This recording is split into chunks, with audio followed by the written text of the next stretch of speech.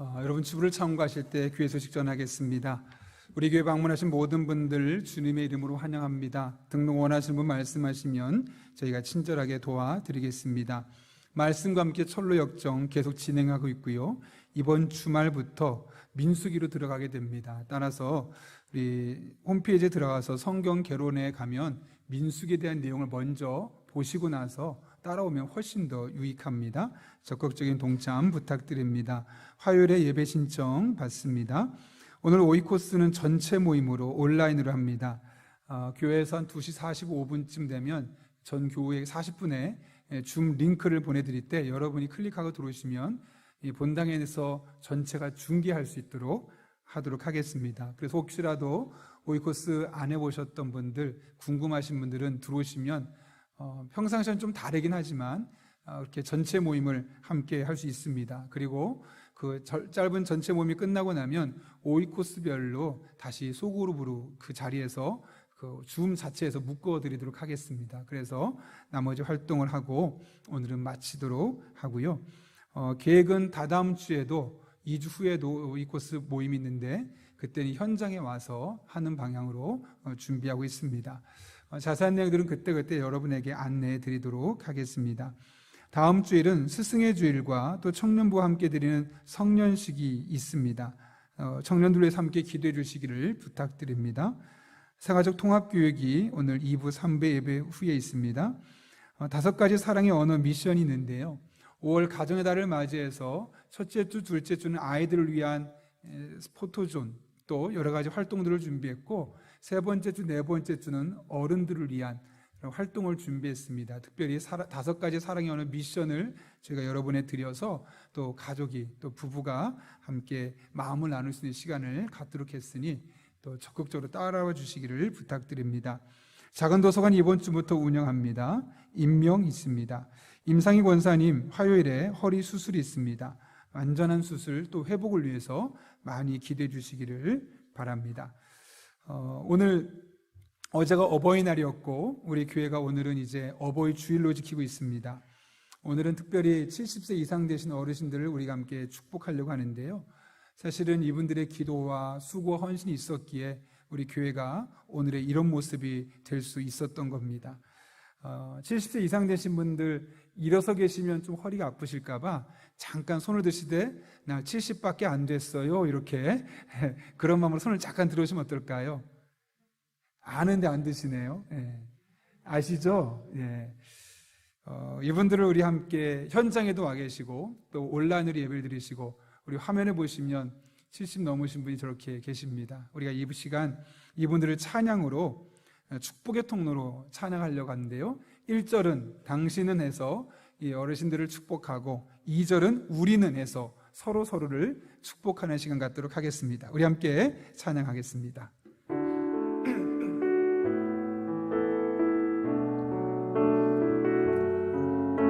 손을 펼쳐볼까요? 마음껏 축복하십시오. 당신은 하나님의 언약 안에 있는 당신은 하나님의 언약 안에 있는 축복의 통로 당신을 통하여서 열방이 주께 돌아오게 우리는 하나님의 옆에 사람 한번 볼까요? 보시면서 축복하십시오. 우리는 하나님의 언약 안에 있는 축복의 통로 우리를 통하여서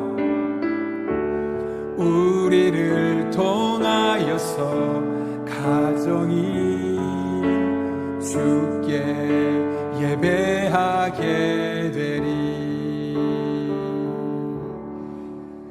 우리가 평소 같으면 선물도 드리고 꽃다발도 이제 카네이션 나는데 선물은 특별히 이번에는 가정으로 이렇게 대면을 하지 않도록 과일 박스를 지금 배송해 드리고 있습니다. 많은 분들이 연락도 주시고 또 감사하다고 문자도 하고 계신데 이렇게 이번에 선물은 그렇게 드리고 있고요. 카네이션은 달아드리면 또 너무 접촉이 가까워질 수 있기 때문에 일부러 꽃 한 송이로 벌써 권사님 입장에 꽂아 놓으셨는데 이렇게 꽃 한 송이로 이렇게 준비해 놨습니다. 손 안 들었는데 들키셨어요. 네. 이 꽃처럼 예쁘게 폈는데 남은 한평생도 꽃처럼 아름답게 예쁘게 피면서 살아가시라고 우리 함께 박수로 함께 축복하시겠습니다. 네. 네, 감사합니다. 제가 예배를 위해서 또 우리 어르신들을 위해서 함께 기도하고 말씀 나누겠습니다. 하나님 아버지, 오늘 어버이 주일로 지키게 하심에 감사합니다. 이 땅의 어버이들을 축복하여 주시되 특별히 70세가 넘은 분들을 축복합니다. 그분들의 남은 한평생이 하나님 안에서 더욱 복되게 하시되 모세처럼 마지막까지 눈이 어두워지거나 총명이 흐려지지 않게 하시고 건강한 몸과 마음, 무엇보다 성령의 인도하심 가운데 마지막 순간까지 하나님의 은혜를 고백하며 살아가는 어른들 되게 하여 주옵소서. 그분들의 가정을 지켜주시고 자녀들이 잘 되게 하시며 영혼이 잘된 같이 범사가 잘 되게 하여 주옵소서. 말씀을 듣는 이 시간 마음의 문을 열어주시고 모든 말씀이 내게 주신 말씀을 들려줄 수 있도록 은총 더하여 주옵소서.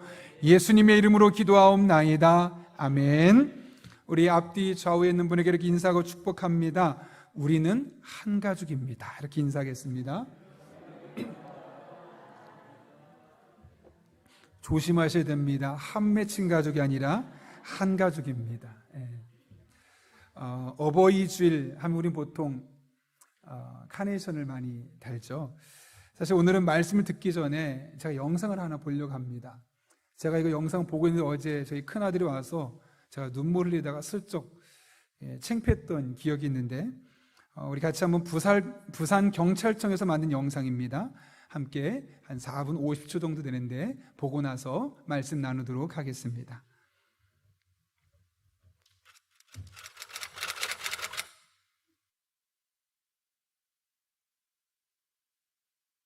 전성덕이 아버지 전석수입니다.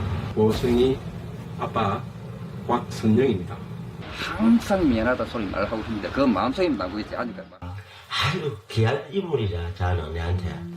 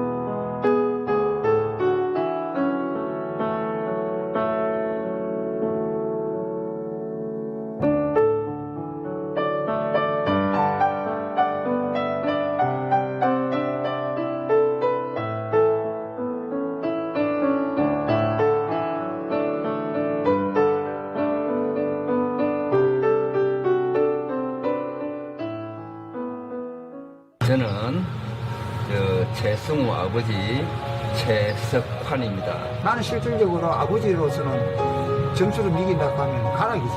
여태까지 그런 이야기를 나한테 못했는데 그리고 대고 들어간 거 가서 청바지를 하나 덕분에 가격표를 보니까 한 달 월급, 우리 한 달 월급이더라고. 비싼 이 공이 하나 더 붙었나 싶어서 보니까 맞아요. 그 가격이 맞는데 그때는 좀 잘해준 게 별로 없는 것 같고 지금 생각해보면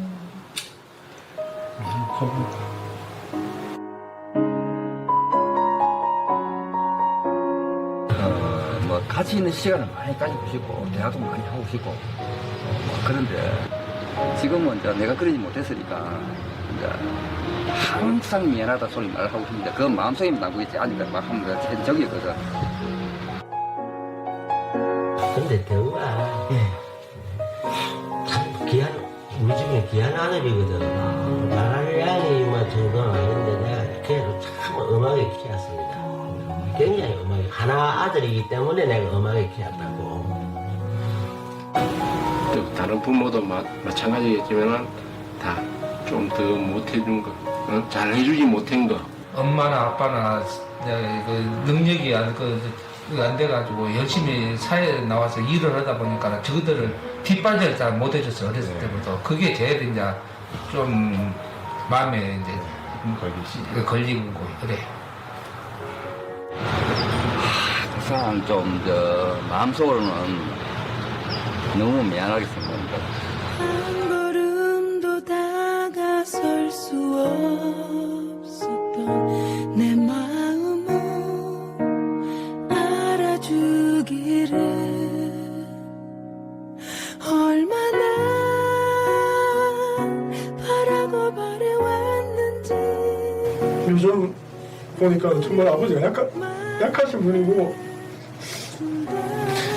정말 외로우신 분인데 그거를 이제 최근에 좀 알게 된 것 같아서 쓸쓸했던 뒷모습에 내 가슴이 다시 아파온다.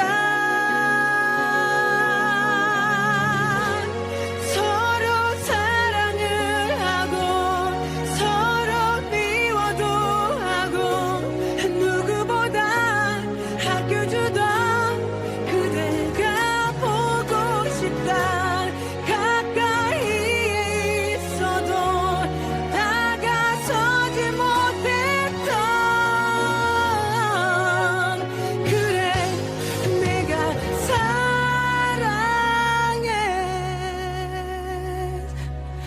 사랑했었다. 아들도 사랑합니다. 사랑합니다. 사랑합니다.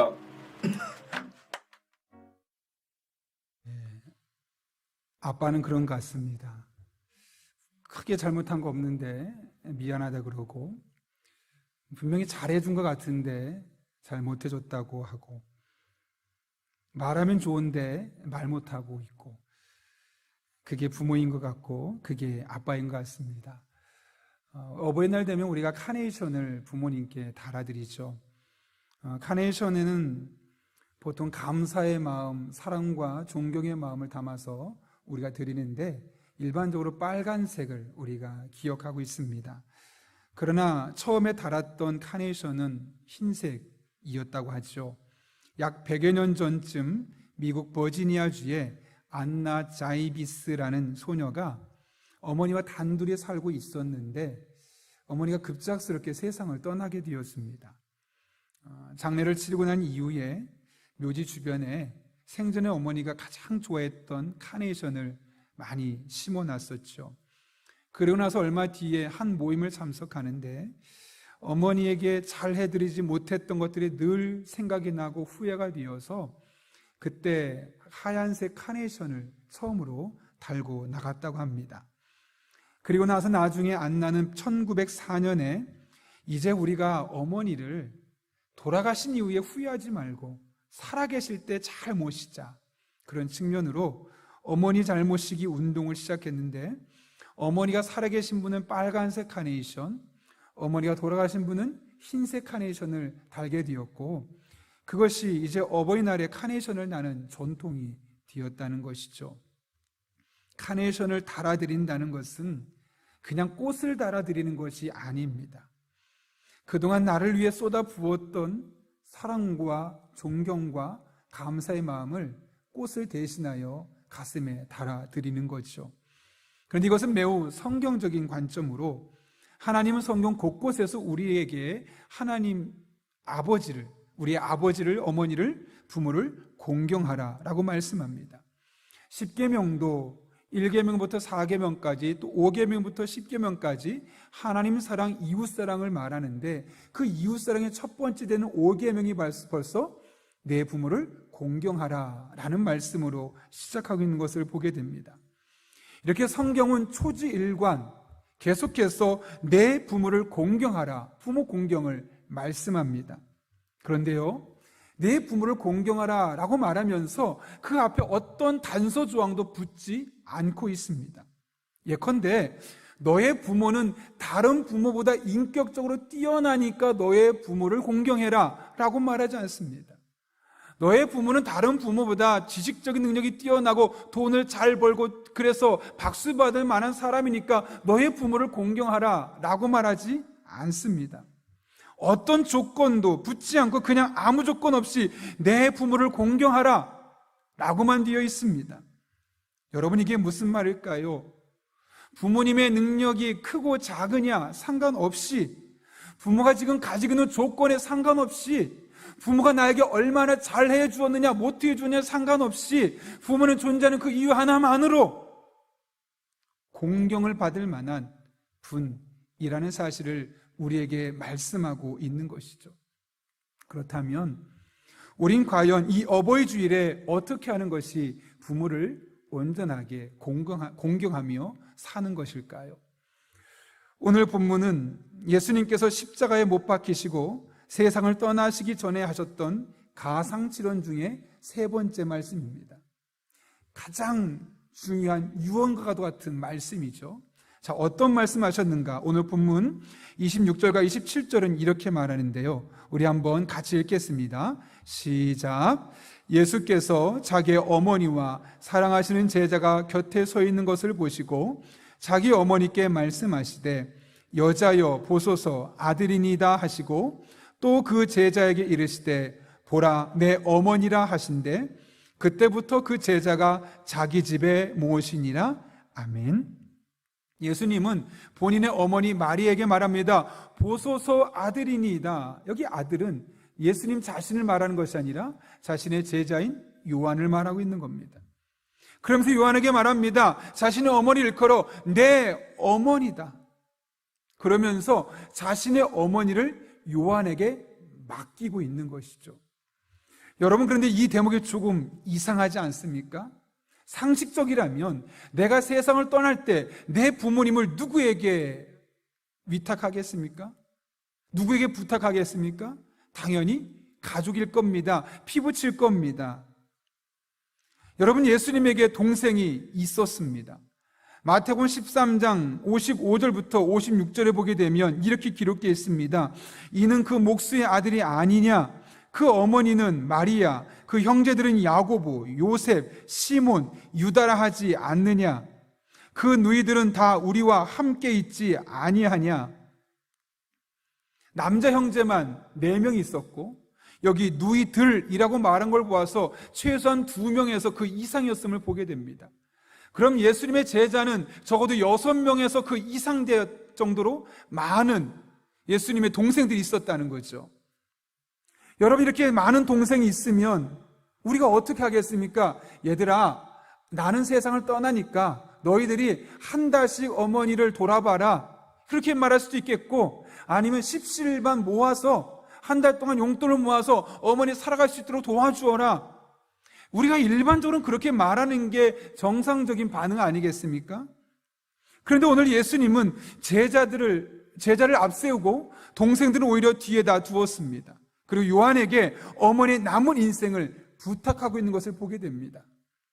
왜 그랬을까요? 제자들은 예수님을 믿지 않았습니다.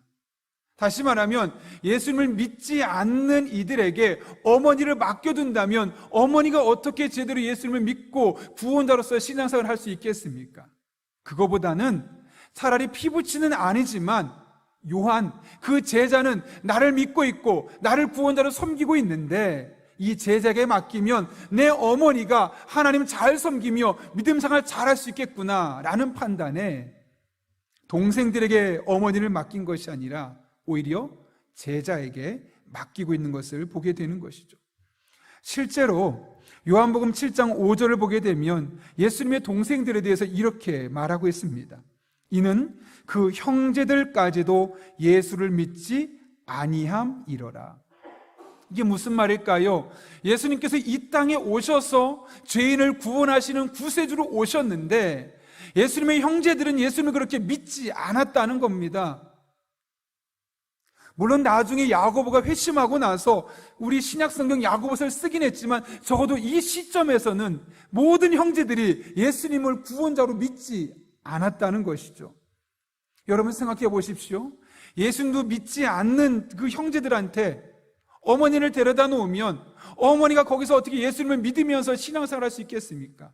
아마도 그렇지 않을까요? 어머니도 형처럼 미친 거 아닙니까? 정신 어떻게 되신 거 아니에요? 라고 말하지 않겠습니까? 그거보다는 피는 섞이진 않았지만 적어도 요한에게다 부모님을 모시다 드리면 어머니를 요한이 모시게 되면 신앙생활만큼은 잘할 수 있겠구나라는 판단이 들었던 것이죠. 저희 고향에 가면 저희 집 바로 앞에 90이 넘은 권사님이 살고 계셨습니다. 얼마 전에 돌아가셨는데요. 허리가 아주 많이 굽어 있으시고 농사일은 거의 하기 힘든 상황이었습니다. 다행히 자녀들이 서울에서 꽤 잘 삽니다. 그래서 시골에 내려올 때마다 어머니 서울로 가자고, 우리 집에 있으면 편안하게 잘 살 수 있는데 왜 혼자 아무도 없는 데서 고생하고 살고 계시냐고 계속 그렇게 설득하지만 어머니는 안 간다는 겁니다. 그래서 어느 날 저희 어머니께서 그 권사님에게 물었다고 합니다. 권사님, 그렇게 아들들이 가자고 해도 왜 그렇게 안 올라가는 겁니까? 물었더니 권사님은 나는 시골이 너무 좋다는 겁니다. 아니, 뭐가 좋은데요? 서울에 올라가면 아들 며느리가 교회 안 다니고 손주들도 교회 안 다니는데 내가 그 집 가서 어떻게 새벽 기도도 가고 내가 어떻게 수요 기도도 가고 어떻게 주일 예배를 드리겠냐고. 눈치 보여서 예배 드리기 너무 힘들어서 차라리 조금 외로워도 이 시골에 사는 게 나는 훨씬 편하고 좋다고. 나 서울 안 올라갈 거라고. 그러시다가 90이 넘은 세월 사시고 또 고향에서 돌아가셨죠. 조금만 외로워도 시골에 살며 마음 편히 신앙생활하는 것이 훨씬 더 좋기 때문에 서울에 가지 않겠다는 거죠. 여러분, 지금 예수님의 마음이 그런 마음 아니겠습니까? 형제들이 아무리 많아봤자 어머니 거기다 모셔다 놓으면 어머니가 예수님 믿는 거 보고 이상하다 할 걸 뻔한데 거기다 어떻게 어머니를 모셔다 놓을 수 있겠습니까? 예수님을 잘 믿을 수 있는, 신앙생활을 마음껏 할 수 있는 사도 요한에게 맡기는 것, 그것이 가장 최선의 방법이라고 생각했던 겁니다. 그래서 동생들이 아니라 요한에게 어머니를 맡아달라고 부탁하고 있는 것이죠. 우리는 이를 통해 진정한 효도는 부모님의 영혼을 돌보는 것임을 깨닫게 됩니다. 따라서 어버이날을 맞이하는 우리가 가장 관심을 가져야 할 것은 우리 부모님의 영혼의 안녕입니다. 우리 부모님의 영혼의 상태가 지금 어떤가를 관심을 갖고 살펴보아야 하는 것이죠. 물론 용돈을 풍성하게 들여서 남은 한평생 좀 그래도 노후를 품위 있게 사시게 하는 것도 너무 중요합니다. 또 더 건강한 몸으로 사실 수 있도록 건강 보조제도 드리고 안마기도 사다 드리고 다양한 것들로 몸을 튼튼하게 해드릴 수 있는 것도 필요합니다. 그런데 여러분, 가장 중요한 것은 부모님의 영혼의 안녕입니다. 아무리 돈이 많이 있어서 품위를 유지할 수 있다 할지라도, 건강을 유지할 수 있는 안마기가 있다 할지라도 제대로 된 신앙생활을 할 수 없다면 그 안마기가 무슨 소용이 있고 그 돈이 무슨 소용이 있겠습니까? 더 중요한 것은 부모님의 신앙입니다. 마음껏 하나님을 예배하고 마음껏 하나님을 찬양하고 하나님 앞에 나아갈 수 있는 그 신앙의 안녕을 도모하는 것이 가장 중요한 효도의 요인이라는 겁니다. 그래서 만약에 예수님을 부모님이 모르고 있다면 부모님께 먼저 예수님을 알려줘야 되겠죠. 아니, 예수님을 알고 있는 부모님이라면 마음껏 신앙생활 할 수 있는 것이 무엇인가, 내가 무엇을 도와드리면 우리 부모님이 정말 즐겁게 마음껏 한평생 믿음생활 잘할 수 있을 것인가, 이거를 고민하고 이것을 해주는 것이 가장 큰 효도가 될 수 있다는 겁니다. 책에서 본 어떤 교회 이야기인데요, 그 교회는 매년 여름이 되면 농촌교회와 협력해서 전도를 다닌다고 합니다. 그렇게 한 해는 노인분들만 살고 있는 한 마을에 전도를 가게 되었는데 주인들에게 아무리 복음을 전해도 마음의 문이 열리지 않는 겁니다. 그러니까 막 일도 도와주고 어깨도 주물러주고 하니까 어르신들의 마음이 조금 풀리는 거죠. 그런데 그 중에 마음을 열리고 복음을 받아들이더니 한 어르신이 복음을 전하던 청년에게 이렇게 말했다고 합니다. 너희들은 참 나쁜 사람들이다. 나쁜 일 한 적이 없는데 너희들이 참 나쁜 사람들이다니까 깜짝 놀라서 할머니 왜요? 반문했습니다. 그래서 할머니가 눈물을 글썽이며 이렇게 말했다고 합니다. 너희는 그 좋은 하나님을 왜 이제야 가르쳐 주는 거니? 진작 와서 전해주지. 그 좋은 하나님, 내가 조금만 먼저 만났으면 그 하나님 때문에 내 마음이 평안하고 그 하나님 때문에 내 영혼이 즐겁고 그렇게 살 수 있었는데 왜 이제 와서 전해 주었느냐라는 것이죠. 어른들의 밭일을 도와주는 것도, 지친 어깨를 주물러 주는 것도 너무나 귀한 일이지만 무엇보다 그 어른들의 신앙의 상태를 돌아보며 그분의 영혼의 상태를 돌아보며 하나님을 마음껏 섬길 수 있도록 해주는 것이 훨씬 더 중요하다는 겁니다. 그런가 하면 전에 사역했던 교회 한 권사님은 어머니가 같은 동네에 살고 계셨는데 어머니에게 매주 용돈을 드린다고 합니다. 사실 일반적인 경우는 그렇게 하지 않죠. 한 달에 한 번 드리거나 뭐 명절이 있거나 특별한 계기가 있을 때 조금 돈을 더 드린다거나 그렇게 용돈을 드리는 것이 일반적입니다. 제가 권사님께 여쭈었습니다. 권사님, 왜 매주 어머니에게 용돈을 드리세요?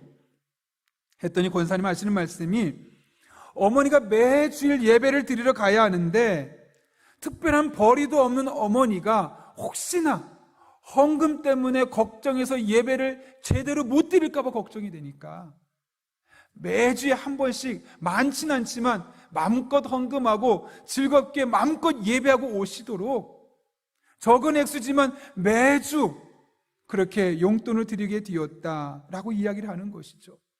그 이야기를 듣고 나서 참 지혜로운 딸이다라는 생각이 들었습니다.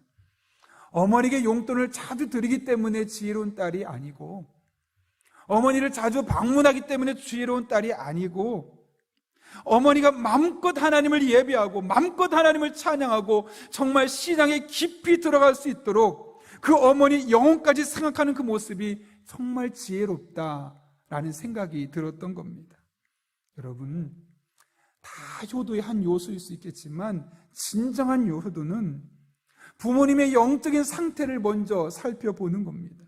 그리고 우리 부모님이 남은 한평생 마음껏 하나님을 예배하고 하나님 찬양하다 하나님 나라 가실 수 있도록 돕는 것, 이것이 진정한 효도고 가장 궁극적인 효도의 모습이 될 수 있는 겁니다.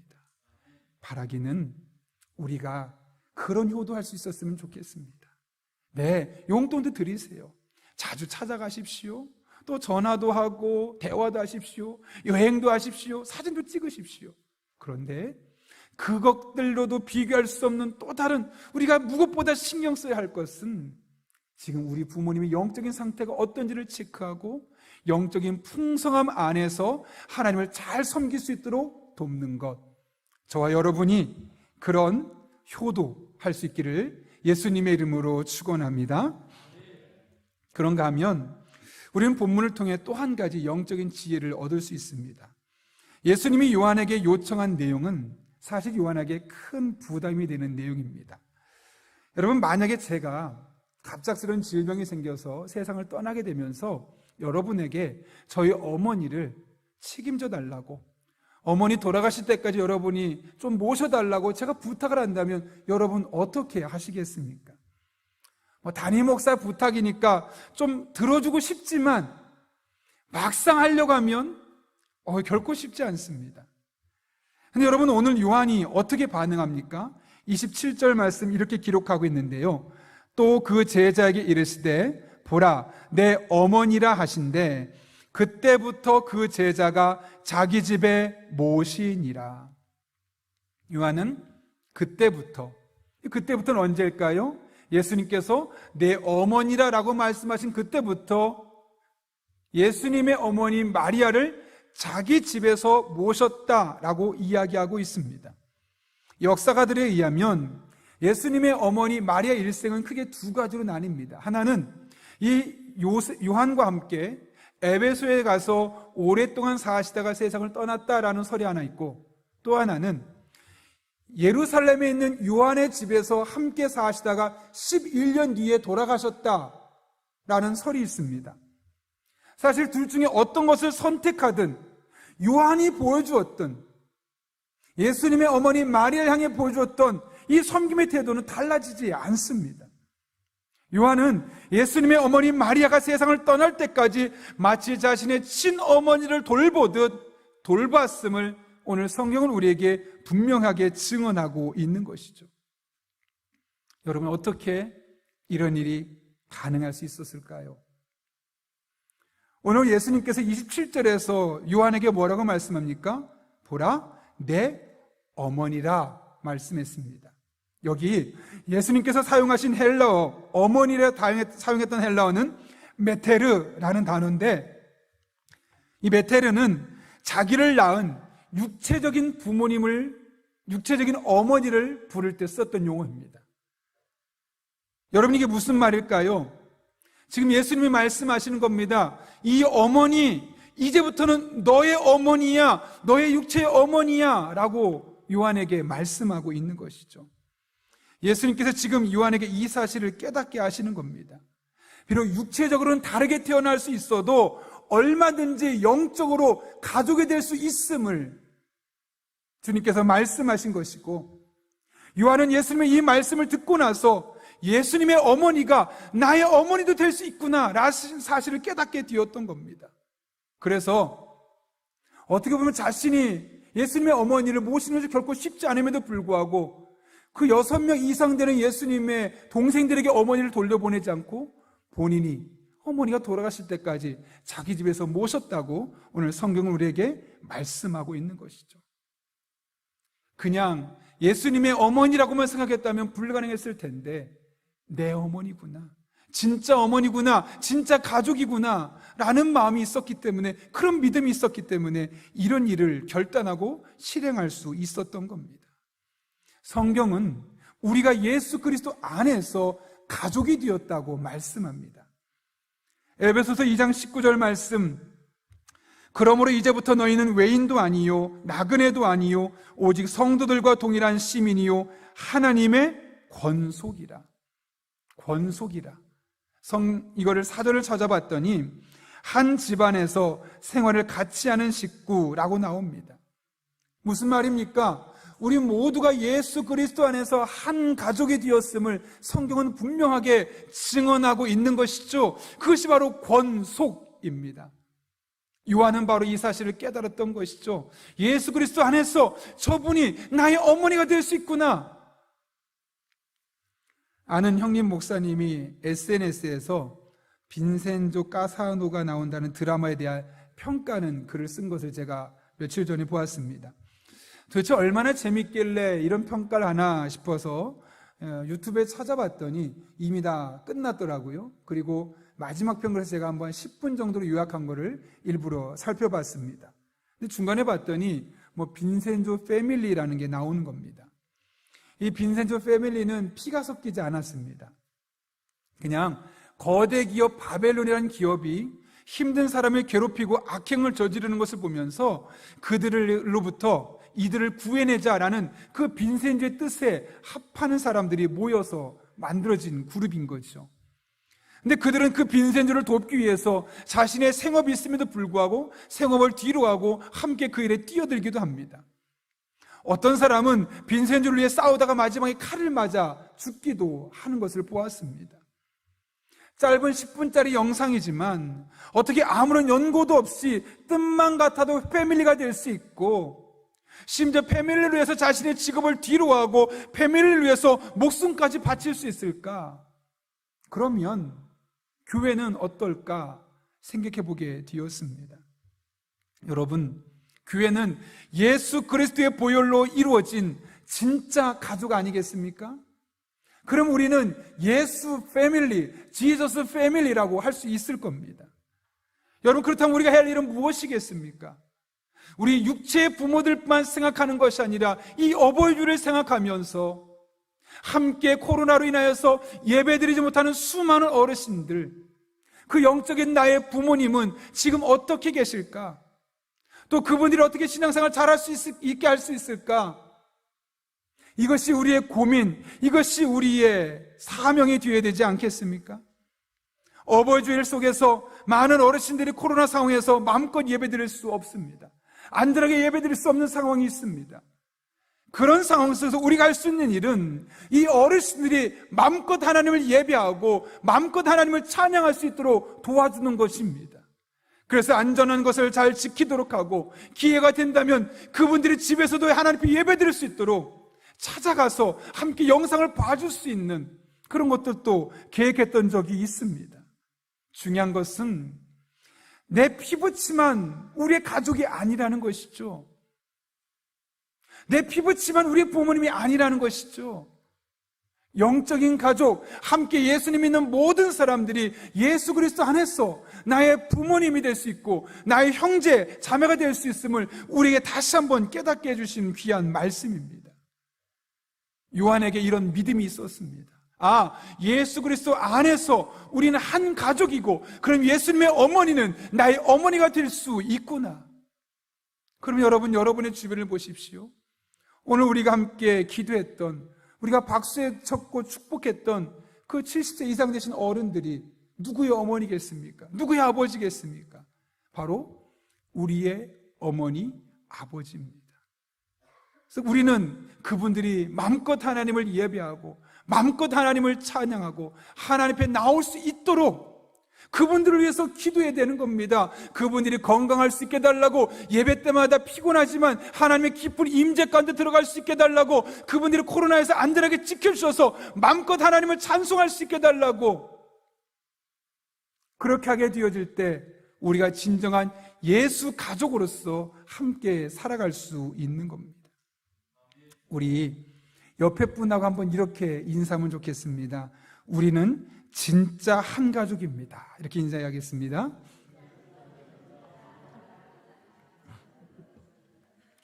여러분, 우리가 예수 그리스도로 말미암아 진짜 한 가족이 된 것을 믿으십니까?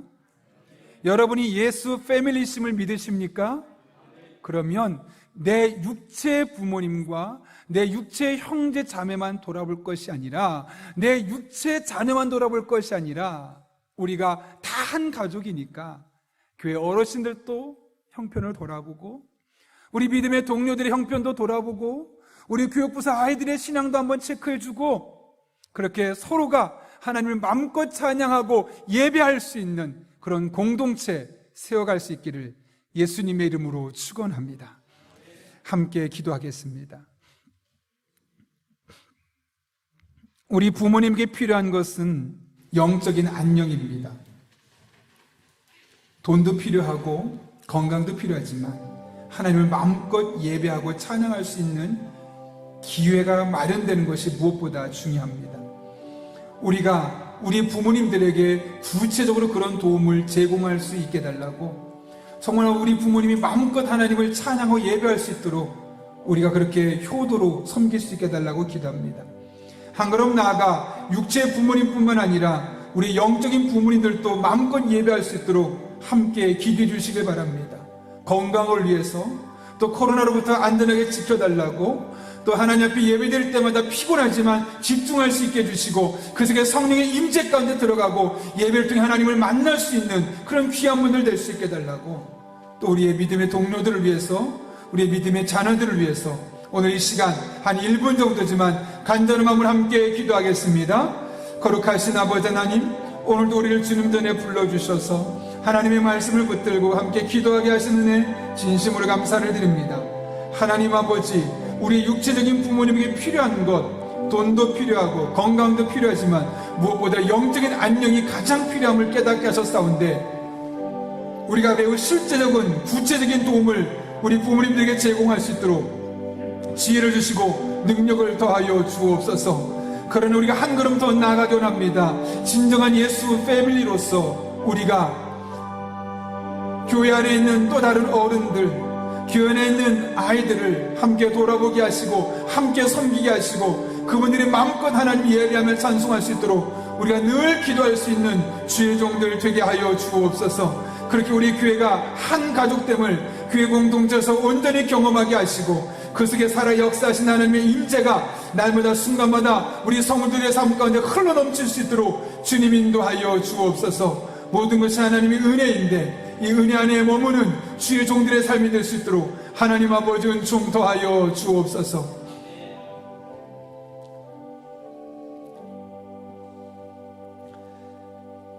거룩하신 아버지 하나님, 어버이날을 맞이하여 오늘 귀한 말씀을 통해 우리가 오늘을 넘어서서 부모님들에게 또 영적인 부모님들에게 어떻게 해야 할지를 깨닫게 하신 은혜 진심으로 감사를 드립니다.